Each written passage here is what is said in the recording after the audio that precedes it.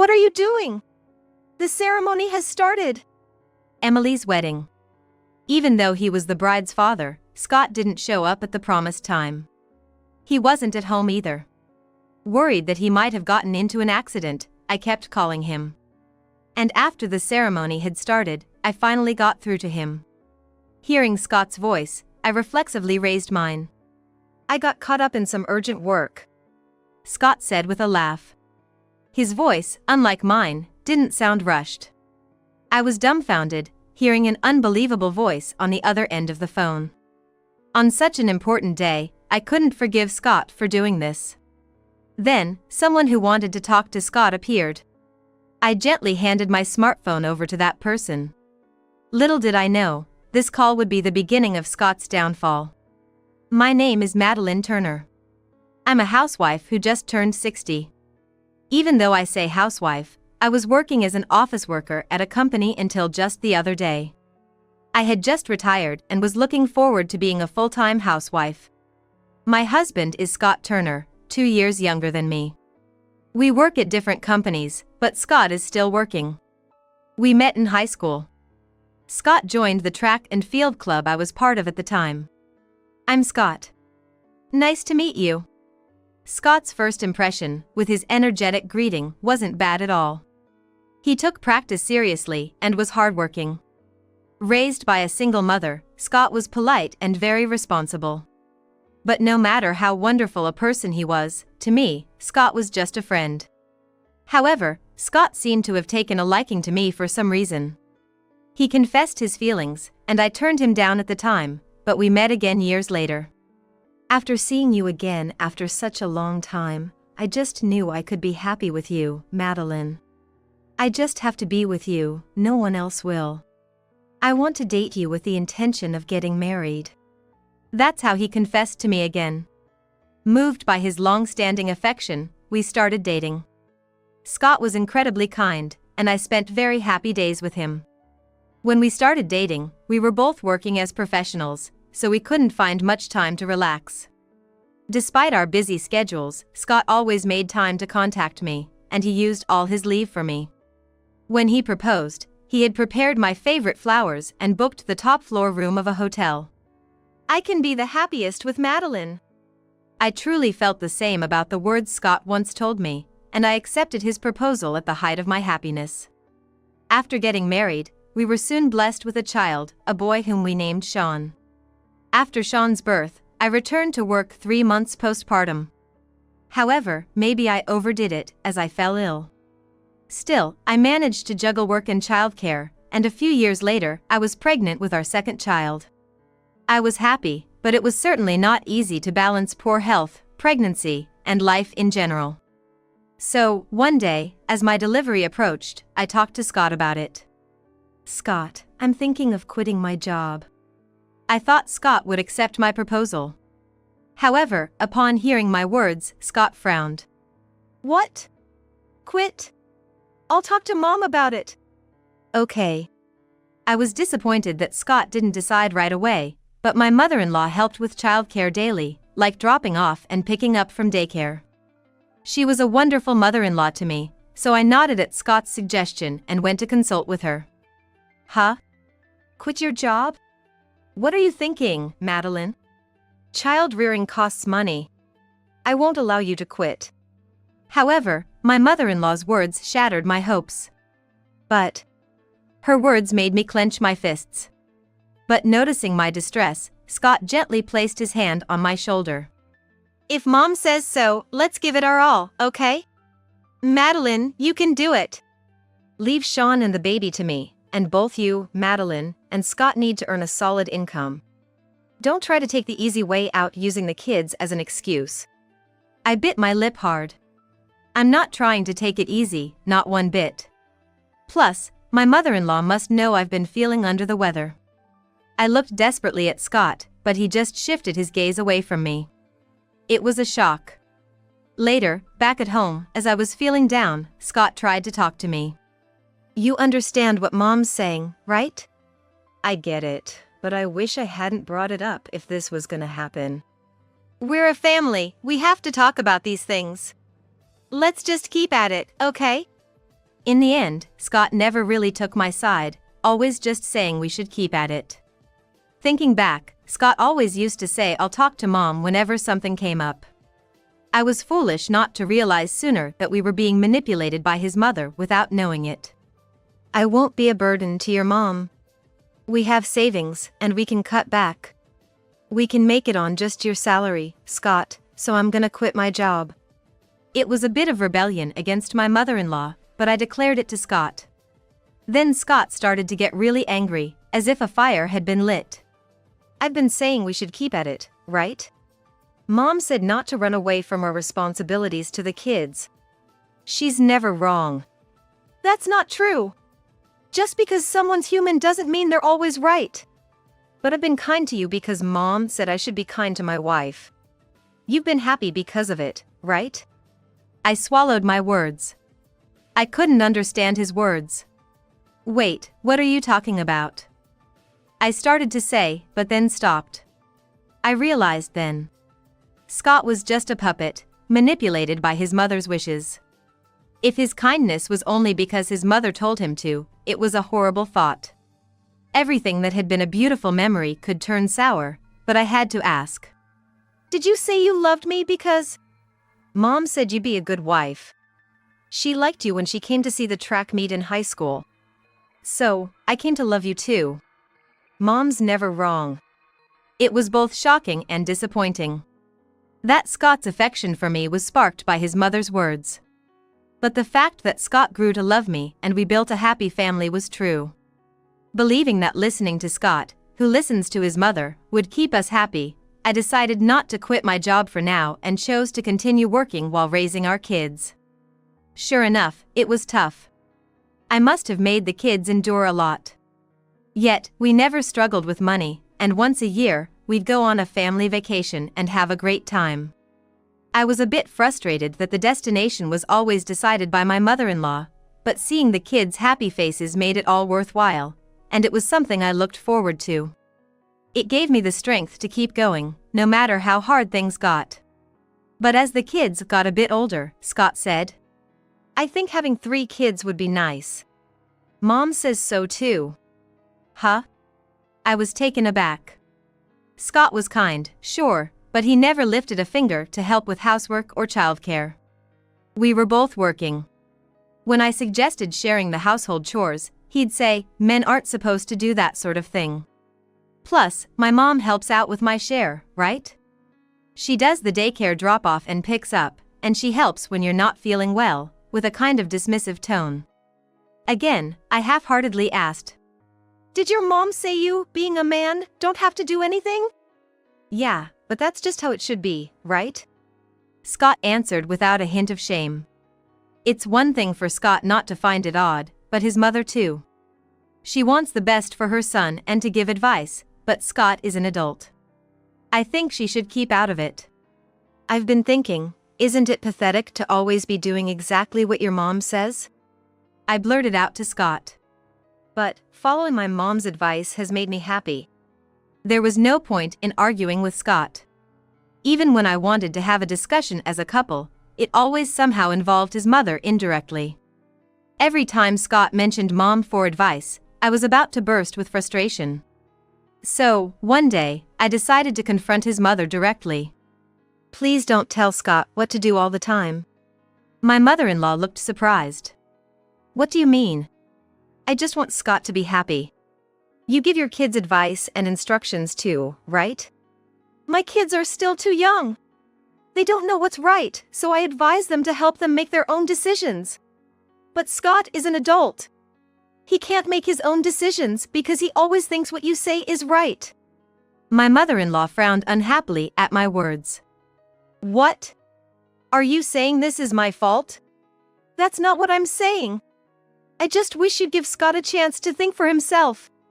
If things continue this way, with him just doing whatever you say, it's not good for anyone. So, you're saying it's not my fault?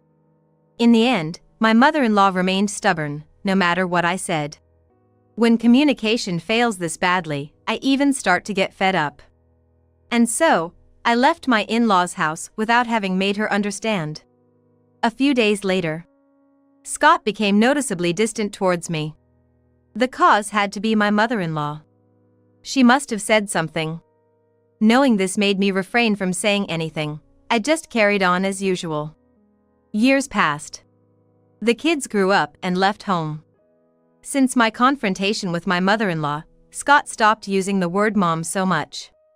I suspect she might have told him not to use because mom said as a reason, and he's been adhering to that. It's suddenly so lonely now that it's just the two of us. I said to Scott one day. Don't be selfish.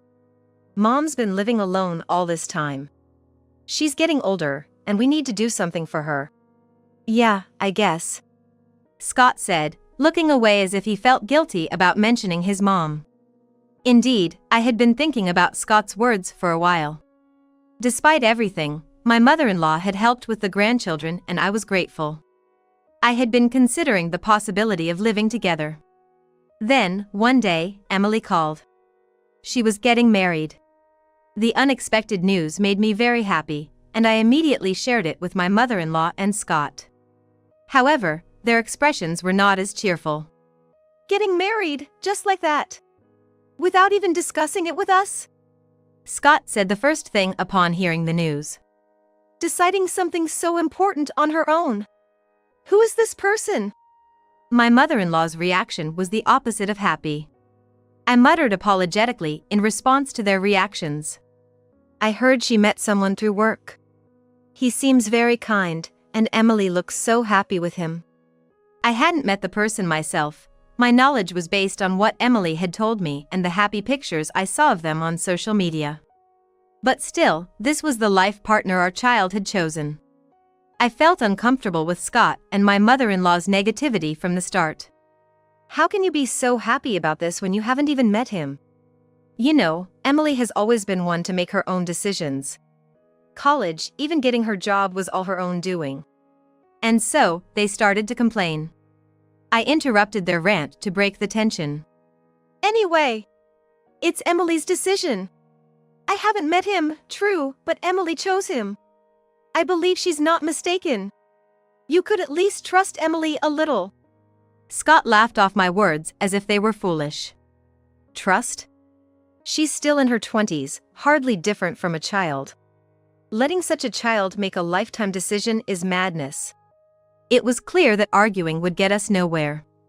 Despite feeling annoyed by his words, I ended the conversation with anyway, just meet him, please. And so, we had a meeting with Emily's boyfriend, John. Honestly, I thought it was none of my mother-in-law's business, but Scott invited her. Nice to meet you. I'm John. John greeted us, slightly nervous, just like Scott back in the day. To me, he seemed just as good a young man as I had imagined. My mother-in-law and Scott asked him various questions and even showed smiles at times, which relieved me. I thought they had a good impression of John. However, after he left, they started mocking him. Choosing someone like that, Emily's lost her mind. Really, deciding all on her own. Unbelievable. She must be getting deceived. That smile was so fake. To be fooled by someone like that, Emily is still just a child. Their blatant hypocrisy made me feel dizzy. They were all smiles in front of him, but turned their backs the moment he left.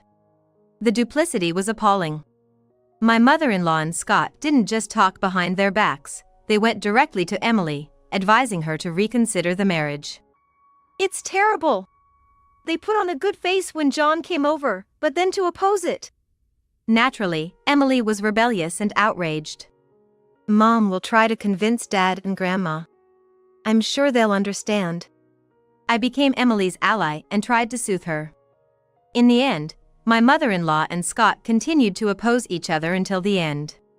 It's so unfair to Emily. John seems like such a nice guy, a wonderful person. Never mind whether he's wonderful. I can't believe that she didn't consult us at all. I tried to persuade them repeatedly, but Scott was stuck on that point. It seemed like a childish excuse, but it had deep roots, and he even refused to participate in the meeting between the families. John must have thought he was accepted when he came over, but he was puzzled by Scott and my mother-in-law's attitude afterward. I guess Emily's father is just sad about giving away his daughter. John's mother tried to excuse Scott's absence at the meetup. She must think it's ridiculous, but she seemed to pity me. I thanked her for her concern. If she wants to get married, then go ahead. I won't help. Scott eventually gave his consent in such a manner. It was infuriating, but I didn't say anything. John is working hard, and so is Emily.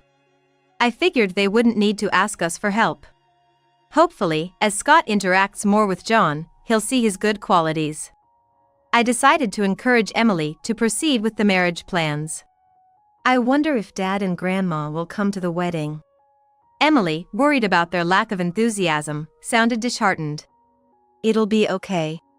They're adults. I reassured her.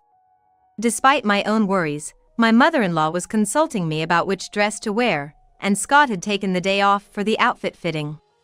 Despite what they say, they must be wishing for Emily's happiness. And so, we finished the preparations smoothly and the wedding day arrived. I had to leave the house before Scott because of the dressing. 10 a.m. Make sure you're there by then. Don't be late. I got it. Scott replied to my call without even glancing away from the TV. And then, it was 10 o'clock. The staff from the venue came to me after I had finished getting dressed. Scott hasn't arrived yet. What? I'll call him right away. Despite my warning him not to be late. With that thought, I immediately tried to contact Scott. However, he didn't answer the phone. After several attempts, the ringtone just kept echoing emptily. Initially, I was angry, but gradually I became anxious. And then, I started worrying he might have been in an accident. Mom, what's wrong?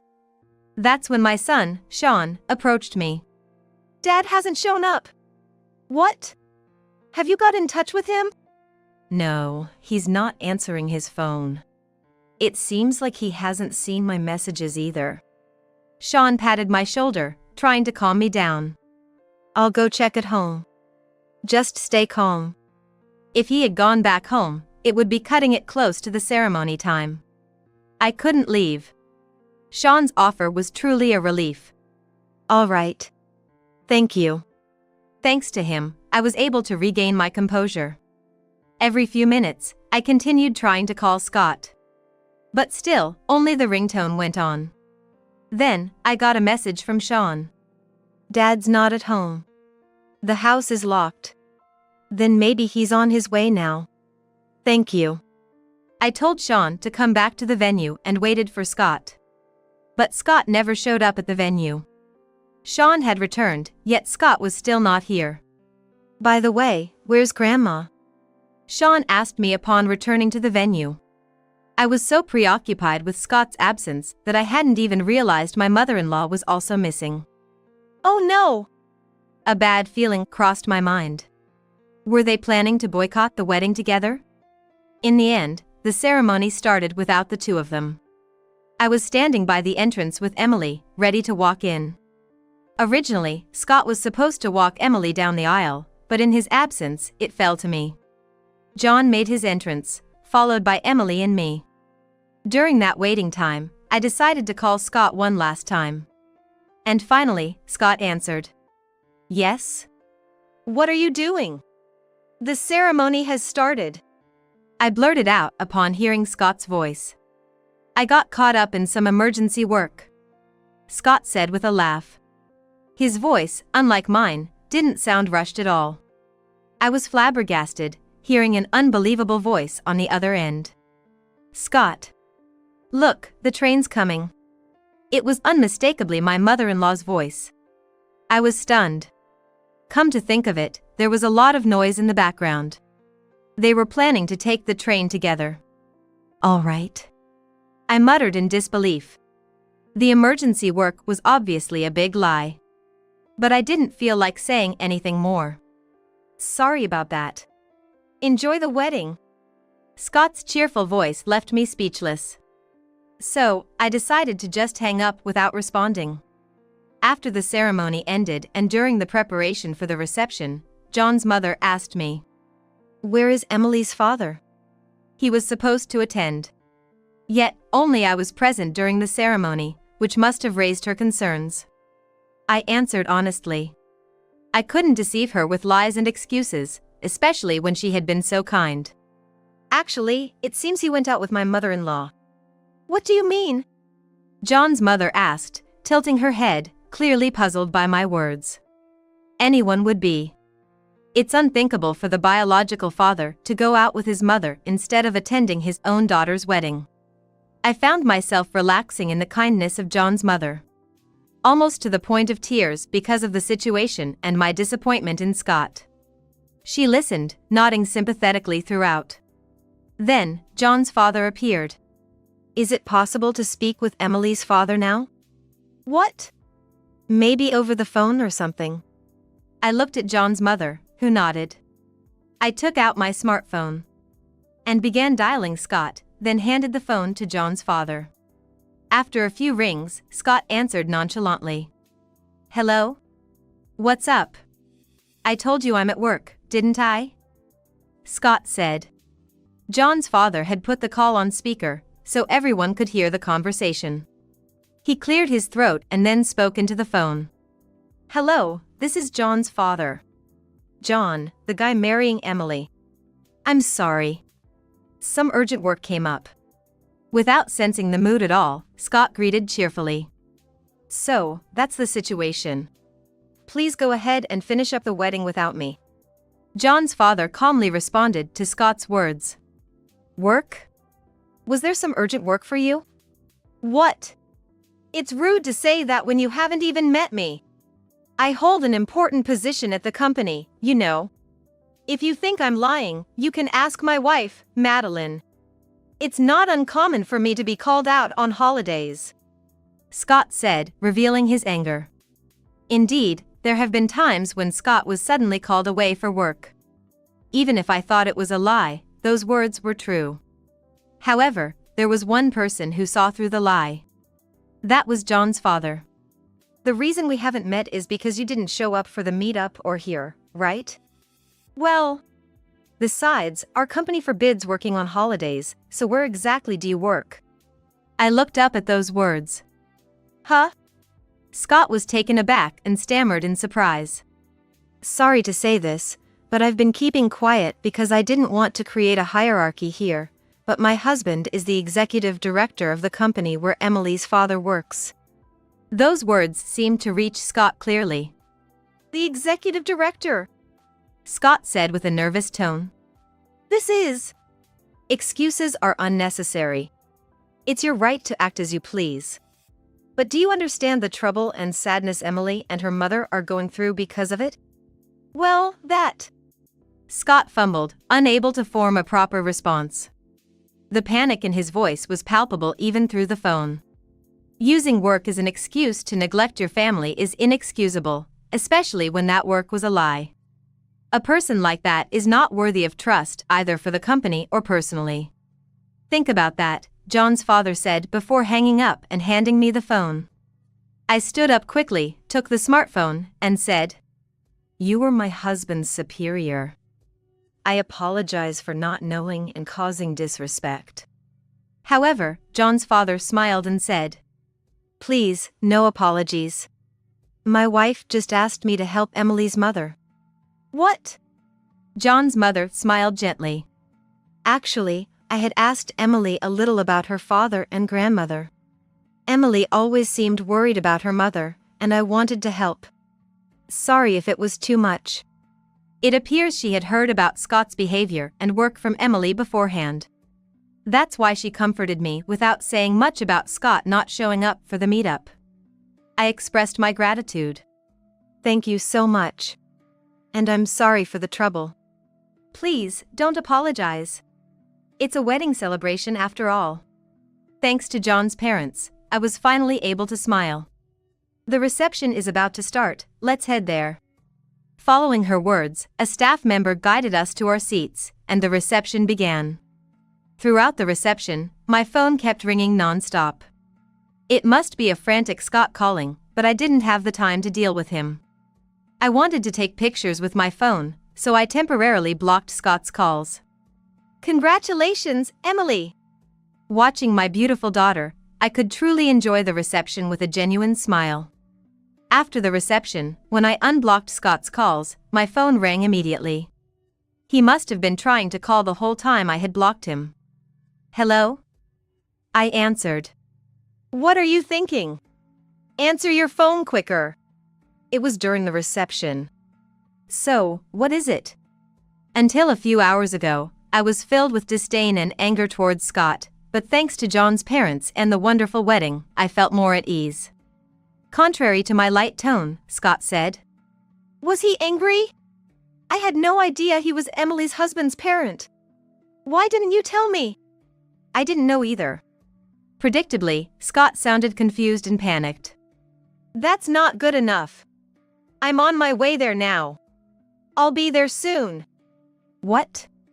You're coming? Of course. I have to apologize to the executive director. A sigh escaped me at his words. My daughter's wedding was already over. And yet, he didn't come but is now coming to apologize to the executive director.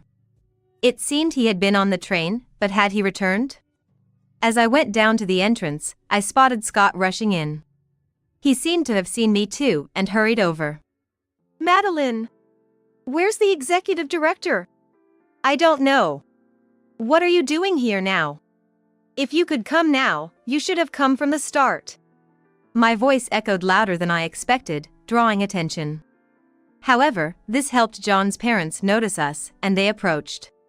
The executive director. Oh, Scott. Finished with work? John's father said, teasingly. Scott looked sheepishly down. I'm really sorry about today. Yet, John's father spoke sternly. You're apologizing to the wrong person. Have you apologized to Emily and Madeline? Scott was nearly in tears. My drawing attention meant that everyone was now watching us. Madeline, I'm sorry.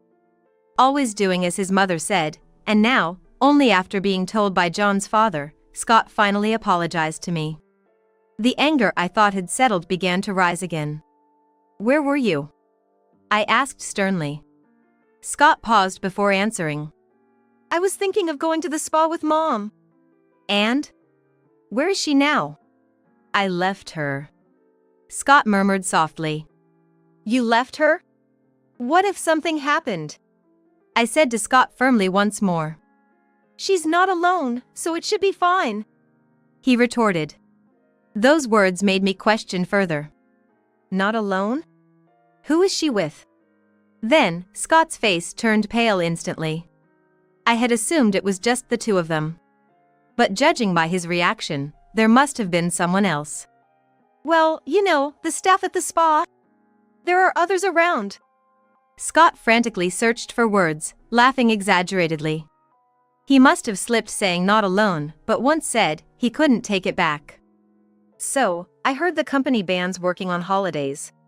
Where have you been all this time, lying about work? Oh!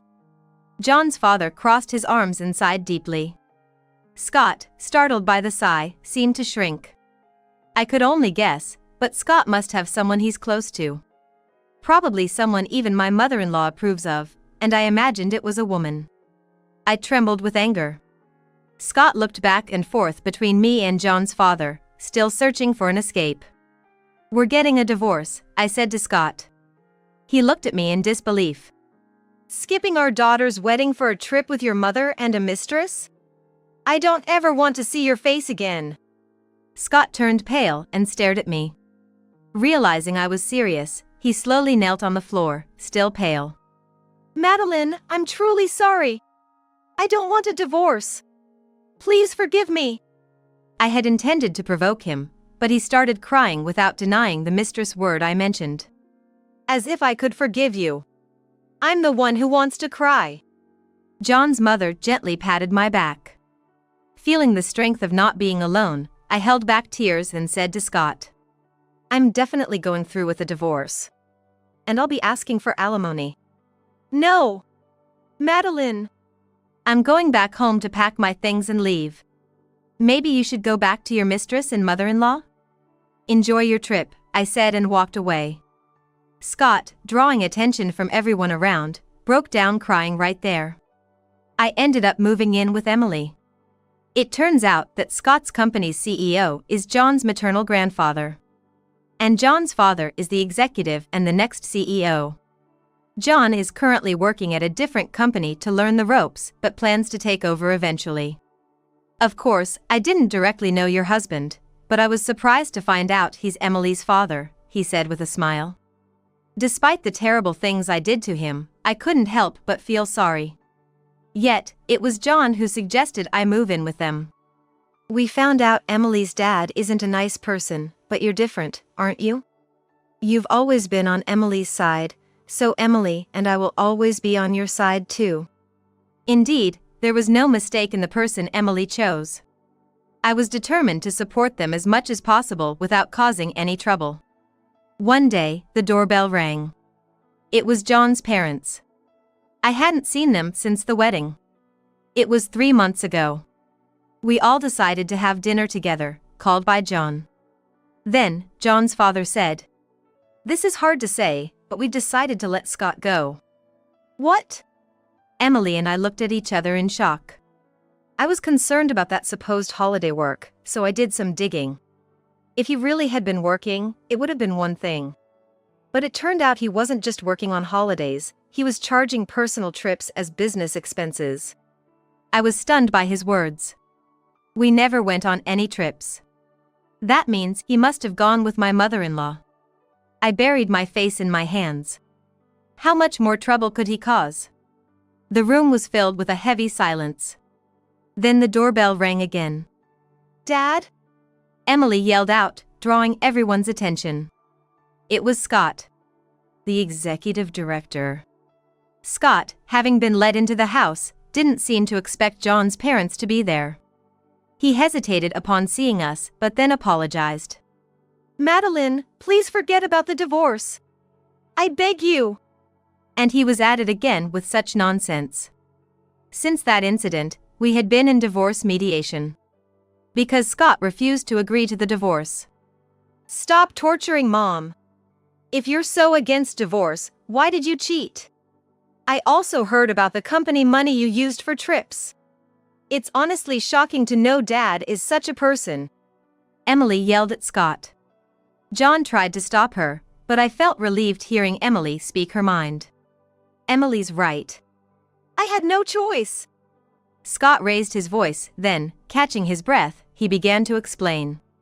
"Remember when you confronted Mom about bossing me around?" I paused, not understanding what he meant at first. Then, it dawned on me, it was when the kids were small, and I had directly confronted him to stop letting himself be manipulated. "You mean, that long ago?" "Since then, Mom told me to divorce once the kids were grown. She said I wouldn't be able to see them if we divorced now, so we waited until they were older. And after the divorce, I was supposed to marry a woman she introduced, and that's how that relationship started."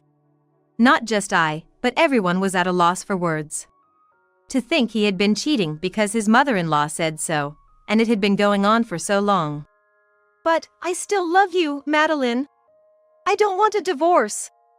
The affair was just because Mom told me to, I had no choice." Hearing those words, a deep loathing for Scott surged within me. Was it a visceral rejection? "Don't you have a will of your own? It would be better if you had cheated on your own volition." I yelled at Scott. But he just looked puzzled. "Why? It wasn't my own will." "Disgusting. Get out of my sight. As your mother says, now that they are grown, I'll grant you the divorce." Scott begged me for forgiveness. But I couldn't stand his touch anymore and brushed his hands away. "I'm truly sorry. Please forgive me." "Mom, let's go somewhere else." "Wait, don't go." Scott cried like a child, but to put some distance between us, Emily led me to another room. "If you truly love someone, letting them go is also an act of love," John's father advised as we walked away, finally saying goodbye to a pathetic husband who had always obeyed his mother-in-law. After that, John's parents persuaded Scott, and we were finally able to divorce.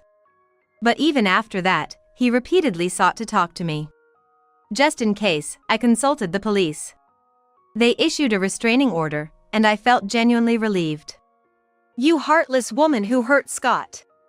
My mother-in-law once barged into the house, but to me, now divorced from Scott, she was a stranger. I was planning to live with you and take care of you in your old age. Forget about that heartless woman, I said coldly.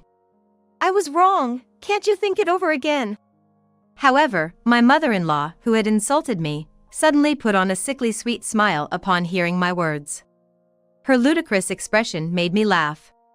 As if I would reconsider. It's good to be rid of that baggage. Please have Scott or his mistress take care of you. You're good at manipulating Scott, aren't you? I said with a laugh, and my mother-in-law, looking frustrated, left without another word. Scott was incapable of caregiving. He hadn't even done housework before. Moreover, I heard rumors that his mistress had left him after he lost his job. It seems my mother-in-law and Scott are in for a lonely old age. Serves them right. Since then, I've been living happily with my daughter and her husband. I've become good friends with John's mother, enjoying trips and happy days together. Thanks to my job, I'm not struggling financially. Sean is getting married, and Emily is currently pregnant, with endless joyous news. Despite the hardships, there's much to look forward to. Life is just beginning. I always want to choose my own path to happiness.